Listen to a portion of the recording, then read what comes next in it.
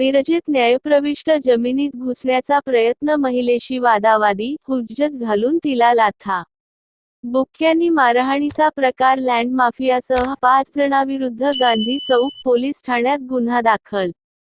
शेतजमिनीचा वाद न्यायप्रविष्ट असताना त्या वादग्रस्त जमिनीवर जाऊन त्या ठिकाणी शेड मारून ताबा मिळविण्याचा प्रयत्न करताना त्याला आक्षेप घेऊन विरोध केल्यानंतर महिलेला धक्काबुक्की करून तिच्याशी वादावादी व हुज्जत घालून तिच्या कानशिलात मारण्याचा व लाथाबुक्क्यांनी मारहाण करण्याचा दुर्दैवी प्रकार घडला आहे. याबाबत महात्मा गांधी चौक पोलीस ठाण्यात पीडित महिलेने फिर्याद दिली असून गांधी चौक पोलिसांनी लँड माफिया अभिजित कुलकर्णी, पुष्कर माने यांच्यासह 5 जणांविरुद्ध गुन्हा दाखल केलेला आहे.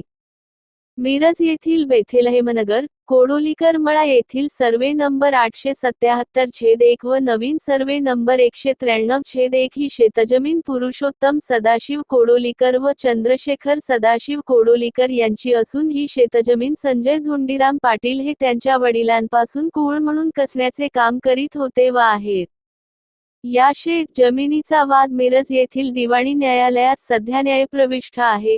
तरी देखील कुळ म्हणून असलेल्या संजय धोंडीराम पाटील यांना त्या शेत जमिनीवरून हुसकावण्याचा, त्यांना जमीन सोडून देण्याची धमकी तसेच जीवे मारण्याची धमकी लँड माफिया अभिजित कुलकर्णी, पुष्कर माने हे करीत असून त्यांना सतत त्रास देत आहेत. दिनांक डिसेंबर 12 रोजी सायंकाळी लँड माफिया अभिजित कुलकर्णी, पुष्कर माने, मयूर निकम, अमित सातपुते, अमर सातपुते या 5 जणांनी त्या न्यायप्रविष्ट शेतजमिनीत शेड मारण्याचा प्रयत्न करून जागा ताब्यात घेण्याचा प्रयत्न करीत असताना सौ. जयश्री संजय पाटील व श्रेया बाळासो पाटील यांनी आक्षेप घेऊन विरोध केल्यानंतर त्यांच्याशी वादावादी, हुज्जत घालून त्यांच्या पोटात लाथाबुक्क्यांनी मारहाण करण्याचा प्रकार केला आहे. तसेच महिलेच्या कानशिलात लगावली आहे.